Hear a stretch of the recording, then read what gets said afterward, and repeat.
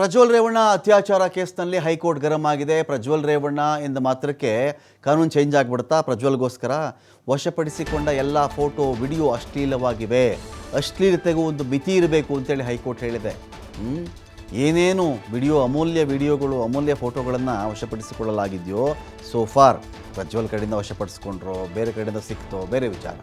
ಪೊಲೀಸರ ತನಿಖೆ ಸಂದರ್ಭದಲ್ಲಿ ಅವರನ್ನಷ್ಟು CCTV ಫುಟೇಜ್ಗಳು, ಫೋನು, ಆ ಡೇಟಾಗಳು ರಿಟ್ರೀವ್ ಮಾಡ್ಕೊಳ್ಳೋದು, ವಾಟ್ಸಪ್ಪು ಅಥವಾ ಮೊಬೈಲ್ ರಿಟ್ರೀವ್ ಮಾಡ್ಕೊಳ್ಳೋದು, ಡೇಟಾನ ಏನೋ ಒಂದು ಮಾಡಿರ್ತಾರಲ್ಲ. ಕೋರ್ಟ್ ಹೇಳ್ತಾ ಇದೆ ಇವತ್ತು, ಬೇರೆಯವ್ರು ಹೇಳೋದು ಬಿಟ್ಬಿಡಿ, ಏನೇನು ವಶಪಡಿಸಿಕೊಂಡಿದ್ದಾರೋ ಎಲ್ಲ ಫೋಟೋ ವಿಡಿಯೋಗಳು ಅಶ್ಲೀಲವಾಗಿವೆ, ಅಶ್ಲೀಲತೆಗೂ ಒಂದು ಮಿತಿ ಇರಬೇಕು ಅಂತ ಹೈಕೋರ್ಟ್ ಹೇಳಿರೋದು. ಇದೇನು ಒಂದು ಮಿತಿ ಬೇಡವಾ ಇದಕ್ಕೆ? ಒಂದು ಅಳತೆ ಬೇಡವಾ, ಒಂದು ಮಿತಿ ಬೇಡವಾ, ಒಂದು ಲೆಕ್ಕ ಬೇಡವಾ? ಇದಕ್ಕೆ ಮಿತಿನೇ ಇಲ್ವಲ್ಲ ಇದಕ್ಕೆ. SIT ಸೀಸ್ ಮಾಡಿರೋ ವಿಡಿಯೋ ನೀಡುವಂತೆ ಪ್ರಜ್ವಲ್ ಅರ್ಜಿ ಹಾಕ್ಕೊಂಡಿರೋದು. SIT ಸೀಸ್ ಮಾಡಿರ್ತಾರಲ್ಲ ವಿಡಿಯೋ, ಈ ಪ್ರಜ್ವಲ್ ವಿಡಿಯೋ ಹಾಕ್ಕೊಂಡಿದ್ದಾನೆ. ಏನಂತ, ಆ ವಿಡಿಯೋ ನನಗೆ ಕೊಟ್ಟುಬಿಡಿ ವಾಪಸ್ಸು ಅಂತ.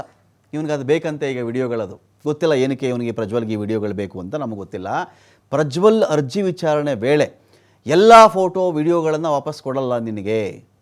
ಮಹಿಳೆಯರ ಖಾಸಗಿತನ ಗೌರವಿಸುವುದು ನಮ್ಮ ಕರ್ತವ್ಯ ಆಗುತ್ತೆ. ನೋಡಿ, ಯಾವ ಫೋಟೋ ಯಾವ ವಿಡಿಯೋನ ಸ್ಪೆಷಲ್ ಇನ್ವೆಸ್ಟಿಗೇಷನ್ ಟೀಮ್ ವಶಪಡಿಸ್ಕೊಂಡಿದ್ದಾರೋ ಅದನ್ನು ನನಗೆ ವಾಪಸ್ ಕೊಡಿ ಅಂತ ಇವನು ಕೇಳ್ಕೊಂಡಿರೋದಂತೆ. ಇವನು ಯಾರು? ಇವನು ಪ್ರಜ್ವಲ್.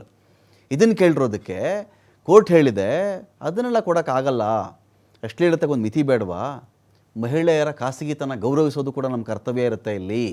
ಮಹಿಳೆಯರ ಖಾಸಗಿತನದ ಉಲ್ಲಂಘಿಸುವಂತಹ ದಾಖಲೆಗಳನ್ನು ನಿಮ್ಗೆ ಯಾಕಪ್ಪ ಕೊಡಬೇಕು? ಕೋರ್ಟ್ ಕೇಳಿದೆ.